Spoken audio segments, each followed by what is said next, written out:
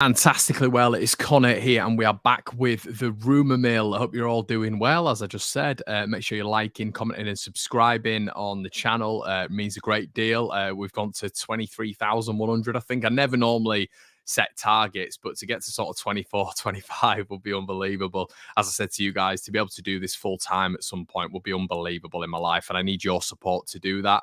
It means I can do different content. It means, as I say, I can do this full time. So any support, anything like that, I will give to you guys as much as I can. I'm there for the grind. I'm a guy who works very, very, very hard. So I put so much into this channel. So any support means the world. And you know, I just want to talk on a bit of a serious note as well. Now, a lot of you guys might not be aware, but it's pretty deep. And I get a lot of messages from people who watch the channel, and it's going on the same slant, to be honest with you, and watch the channel and have a lot of like problems and come to me for problems. You know, I've got a platform. I've got 23,000 people who subscribe to this channel. And within that 23,000, there's people who suffer with mental health issues. Now, what I'd like to say is there was a magnificent event, a magnificent speech at the weekend. My second favorite sport, UFC, was on at the weekend. And Paddy Pimblett, Paddy the Baddie, came out and did a really magnificent speech about mental health and men's mental health and men speaking out. And I know the demographic of my channel is mainly men. And it's from a certain age as well. I have youngsters on the channel. I've older boys on the channel as well. And what I'd like to say is I want to also reiterate what Paddy was saying. And the reason I want to do this, and the reason I didn't do it yesterday, was because I thought yesterday it had come out a little bit preachy. I thought you guys might not have wanted to hear it, but the majority of people maybe who don't want to hear it, it doesn't bother me as much because the minority will seek a lot of comfort in it. There are people who message me on Instagram and say, thank you, Connor. I was having a horrific day today. This has happened, this has happened, this has happened. And I'll try do my best to help them. And that happens regularly, everybody. It really does. Like my Instagram direct messages, my Twitter direct messages, even people on YouTube and my Patreon do message me to try to talk about these things. I think it's fantastic. If you are suffering with anything, speak out. If you are a man and you think you have to be proud, if you are a man and you think it is weak for you to speak out, never, ever, ever think like that. I speak out about everything. And the reason I do that is because I've suffered with mental health problems before, and you might not have suffered with mental health problems before, but speaking out, speaking to your brother, speaking to your mum, speaking to your dad, speaking to your friend, speaking to whoever, speaking to a colleague is the way forward. You have to do it, everybody, because as Paddy was superbly saying at the weekend, you cannot suffer in silence. You cannot do that, you know. And I think it's just, I just wanted to touch on it because it was bothering me that I didn't mention it yesterday. It was bothering me that I didn't mention it on Sunday after the fight because it struck a chord with me. And I just want to say, for anybody who does message me, I will try my hardest to get back to you about things because I know mental health is prevalent. It's the biggest killer of men at the minute. But what I do, I'm going to put some links in the description below of places that you can go and just speak out, everybody. Speak to your friends. It is not a sign of weakness. If you're going through shit, we all go through shit. And if you're going through shit, you need to talk to people who are also going through shit. That's how it works. And even if they're not going through it, a shoulder to cry on is absolutely key. And I want to get that out there before I start this because everybody, you know, I want this to be a community and it would be going against everything that a community stands for if I didn't mention that. And I don't see enough people doing it on this platform. I don't see enough content creators doing it. The people I watch, they don't do it. They don't speak about mental health. I want to get to a point on this channel where I'm hopefully at a stage where I can partner with a charity. That would be amazing and help people, help men to be able to come out and speak because it's helped me in the past 4 or 5 years massively. I never used to speak, but now I do, and it's helped. So continue to message me if you need to. I'm not a professional, but I'll try my best to help. But always speak to that person next to you because they should be willing and waiting, and be able to help you with a little bit of advice. Paddy, what an inspiration he was, and I just want to say that to my subscribers here. I think it's very, very important. Anyway, on to the rumour mill, everybody. Getting away from a very prevalent issue. Leeds United are expecting to break their transfer record for a striker in the oncoming summer window, according to Leeds United Live. Allegedly, the Leeds United-based publication is saying that when they do bring a striker in, when Leeds United do bring a striker in, it is going to be a record breaker. It's going to be a big one. And that is what Leeds United need, because Patrick Bamford, we don't know if he's going to be able to last the full season. Joe Gelhardt has his injury problems. We've known that. And, the real consistent in terms of assists, in terms of chance creation, in terms of goals last season was Rafinha, and is now out of the side. So Leeds United have to get a striker, and it is imperative. And we have to get a striker of real quality. Doesn't look like it's going to be Charles de Ketelaere. Apparently AC Milan are edging closer to a fair deal has been agreed. He's handed in a transfer request, and apparently Club Brugge are already lining up a replacement. So that replacement is going to be Rasmus Højlund, who's going to be a replacement for De Ketelaere. According to Die Standard, the Belgian club are hoping to gain clarity over the situation quickly so they can line up and move for 19-year-old SK Sturm Graz striker. So there you go, guys. The wheels are in motion with that one. There was a point where there was a little bit of a standstill between Bruges and AC Milan, but it seems AC Milan have upped the bid. It seems Club Brugge as well are willing, after De Ketelaere's transfer request, to get the wheels in motion. So it looks like Leeds are out of that race.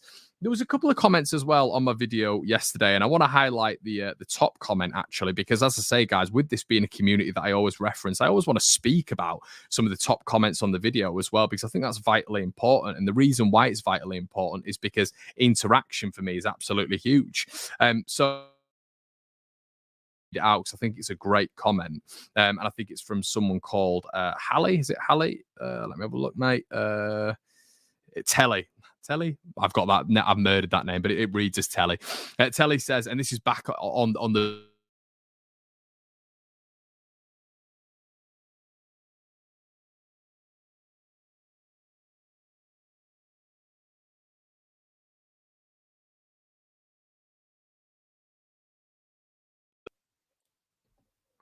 Sorry about that, everybody.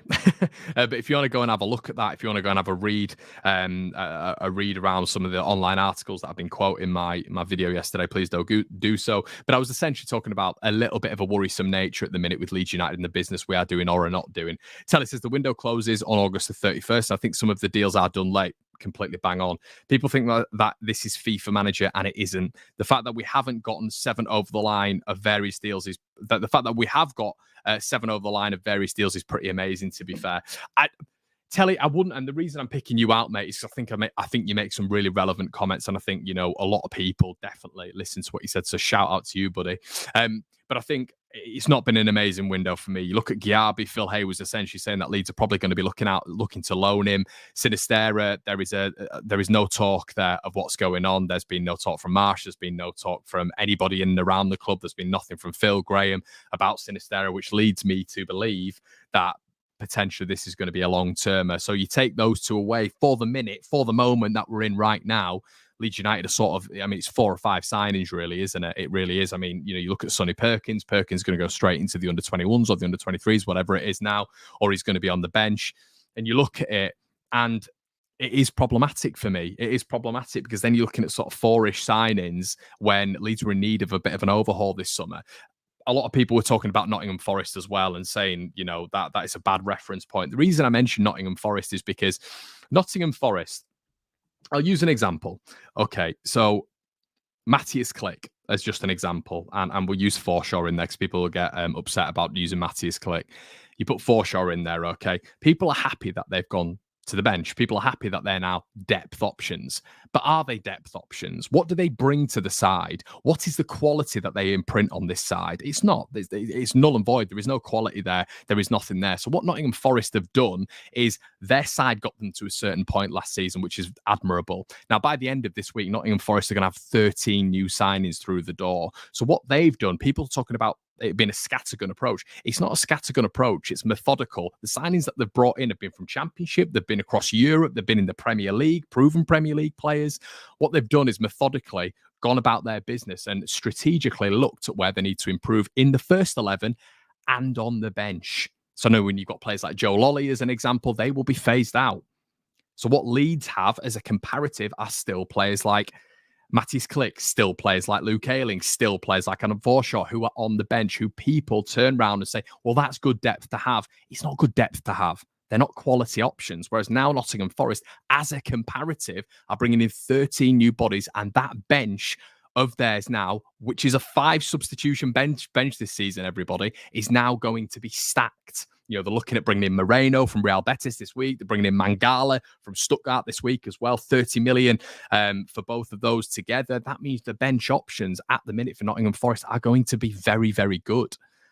So even if you have players from last season that we do, you know, the likes of Joe Gelhardt, let's say if he was on the bench, that's a quality option off the bench. But Leeds are still having bodies on the bench who are not good enough for Premier League football. And that is why I use Nottingham Forest as an example. We will struggle anyway to get out of the gate for no other reason that 6 or 9 new players take time to gel, even more than pre-season. They need actual league games, says Telly. Yeah, 100%. Of course it does. But you look at Crystal Palace last season; they gelled incredibly well. They went on to one of their better seasons they've had. They had a new identity, a new style, which we're hoping for Jesse Marsch out for a full season. And they were very, very strong. You know, you forget that when we played Crystal Palace earlier on in pre-season, they didn't have Mark Guehi, Elise, Eze, and Wilf Zaha. You know what I mean? And they competed with us big time. So they've done a really, really good job at Crystal Palace. And they had a massive overhaul last summer. And as I keep referring to everybody, we do need to improve on the bench options. We do need to improve on this Bielsa side, which it is. The nucleus of this side is still a Bielsa side. So that's what I'm talking about when I'm discussing the overall quality needing to improve on the bench. And I also don't think just because you're bringing in 6 to 9 new bodies, that means you're going to struggle. Once again, an example being Crystal Palace.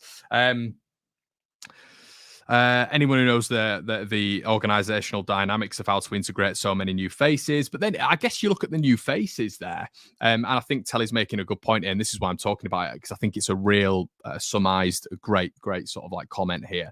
But the organizational dynamics of how to integrate so many new faces. In that starting 11, there's not going to be that many new faces, is there? When you're looking at it, you got Christensen right back. This is for the start of the season. You got Aronson in there. That's 2. Mark Rocker, 3. Tyler Adams, 4. So 4 in a starting 11. That's not integrating a large amount of new faces. Christensen's played under Jesse Marsch before. Tyler Adams has played under Jesse Marsch before. So that's and I understand where people are going with it. And Telly then goes on to say, you know, the expectation, which I agree with him at the minute, is that Leeds finish 15th on 45 points. But when you look at Nottingham Forest, you can say that, yeah, there's going to be 100% a transition there. But with the quality that they've brought in and the transitional elements that these players have, you know, they've got really good players from the Championship. When you look at Harry Toffolo and Lewis O'Brien, top operators in the Championship last year, people might disagree with this. People might not like this. But Lewis O'Brien's going to come in, and arguably for Nottingham Forest, he's going to be on the bench. But that is a good bench option. This is the problem. This is the mindset change that people need to start having. Adam Forshaw being on the bench for Leeds United, in my opinion, is a poorer depth option than someone like Lewis O'Brien. You know, having Harry Toffolo from the Championship, who was excellent in the Championship last season, as a bench option potentially for Nottingham Forest, is a very good option and is better than someone like, let's say, a Leo Yelder, who's never really had a consistent spell in first-team action. Harry Toffolo's got about 100 Championship games under his belt. That is a bench option. It's a quality bench option. You know, Mangala for Stuttgart, he's going to be battling it out with Nottingham Forest central midfield options at the minute. Jesse Lingard coming in. You know, they brought in the Hertha Berlin striker, didn't they? Who had an excellent season last year for 15 million. So the reason I'm comparing to Nottingham Forest is because I think they've really addressed a lot of the issues, and they've addressed the depth as well. This isn't me saying. I saw a comment yesterday. Shout out Lewis Kaywood, who seems to be bashing me on a lot of videos at the minute. Used to be a big fan of the channel, but there you go. Saying I'm comparing Forest to Real Madrid. That is not what I'm doing at all. I'm not comparing them to Real Madrid. I just think they've addressed options very, very well. They've addressed problem areas very, very well. And I think Leeds United haven't done so as of yet. But I do agree at the minute, you know, I did have higher expectations for Leeds because I thought at the minute, you know, the way we were going about signings, the trajectory that we were looking at was really great. When we signed Sinisterra, then there was rumours of Leeds definitely looking at left backs and 100%, looking at an experienced goalkeeper and getting very, very close to a striker. That seems to have really dwelled. And this is another thing that I'm saying, everybody. When you say don't panic, let's have a look at Leeds United's fixtures now. So, okay, let's have a look. So the summer window ends on the 1st of September, okay? So Leeds United's fixtures. This is what we have to take into consideration now, and this is why clubs always want the business done before the end of the before the start of the season, I should say, and during pre-season. So before the 1st of September, we have in my opinion, we have a very favourable run where we need to pick up points. I put up a poll on my Twitter account, go follow it, One Leeds FC, not long ago, and I'd said, how many points do you want from the first 5, first 6? People were saying 8, people were saying 9, people were saying 10. Some people were going even higher than that. So what I'm trying to say is right now, Leeds United have a window to pick up some serious points, some real serious points, and that's what you've got to take into consideration. So we need a full-strength side as soon as possible to be able to compete with these sides and beat these sides, because we know how difficult the Premier League is. Leeds have 5 games before the window shuts. Okay, Leeds United, there is a space of 24 days. So that's just over 3 weeks, 3.5 weeks. So within 3.5 weeks, Leeds have 5 games, everybody. So this is what I was talking about yesterday. It's all well and good saying there's no need to panic. The best deals get done at the end of the window, but Leeds could be 3 or 4 or 5 games in by that point. And here's to hoping it's gone well, of course, touch wood. But that's the point. You need the players in soon. You need the players in to fit the system. You need the players in to fit the ideology of Leeds United. You need the players in to be able to have that cohesive nature with other players, to bed in, to play a pre-season game. You have to have that. And this is what I was saying yesterday. People who are ignoring that fact, it's almost a protection of the ego. It's fine. It's absolutely fine. The window ends then, blah, blah, blah, blah. And I get that because I've been in that boat before. But the realism of it, everybody, is if Sinister is out, who is that X Factor player? We haven't got a striker in yet, the most difficult position to recruit in. Left back, there's been chat about Gutierrez at Real Madrid today. Don't mind that. Don't mind that at all. What I will say about Gutierrez is he's young. He's very, very young. Plays obviously for Real Madrid Castilla. We spoke about on the rumour mill not long ago. Well, long ago, actually. It might have been a transfer window ago, actually, because the Leeds have been linked with him for a while. What I would say about Miguel Gutierrez is he's exceptional when it comes to attributes, but he is very young to be coming into a Premier League system, and it's just a Hollywood signing for me, guys. And I hope if he does come in, he's absolutely fantastic. But I just think there's so many obvious options out there when it comes to left back. Cage, you made a great shout when it came to Luke Thomas at Leicester, surplus to requirements. Charlie Taylor, as I keep saying, no, I can't say it, but that one is not as dead in the water as many people think. And that's what I will say about that one. So yeah, there are options there. And what I'm trying to say with all that is we need these in. We need these players in before these games start to really kick into fashion, because that happens and there's a potential Leeds get to 5 games and we may be struggling a bit. Hopefully that won't happen. Leeds United have made contact to sign Sporting CP midfielder Matheus Nunes. Leeds United have now made contact to sign Nunes this summer, according to Record on Tuesday. The Portuguese newspaper has reported in its print edition that the Whites have watched the Brazilian Maestro closely since the halfway of the 21-22 season. We reported it on the rumour mill quite a long way ago. CP are not willing to part ways cheaply, though, with a monster 43 million deal needed to switch for Nunes. Now, Nunes is a midfielder, so I don't know how that'll work out. To be honest, I don't think that's all in truth. But Leeds United also agreed a deal with Michael, I should say, Skubala. Leeds United have agreed a deal with Michael Skubala to be their new under-23s head coach. Sources have told Football Insider he's leaving his role as FA national men's coach to take over the post at Leeds United. So that's great. We've got a 23s coach in. Obviously, we got the Dortmund second in command as well to be the assistant manager. So that's all well and good. Looks like the backroom staff is taking shape, but Leeds United need to be starting making moves within that first team, because that 6th of August date is now 10 days away, everybody. The clock is ticking. Make sure you like, comment, and subscribe. Let me know exactly what you think. Check out the Patreon account if you want some additional stuff. Obviously, we've got another video coming out. We've got another video coming out today. Yeah, we've got another video coming out today, so make sure you tune in for that one. Have a good one, everyone, and please listen to my message.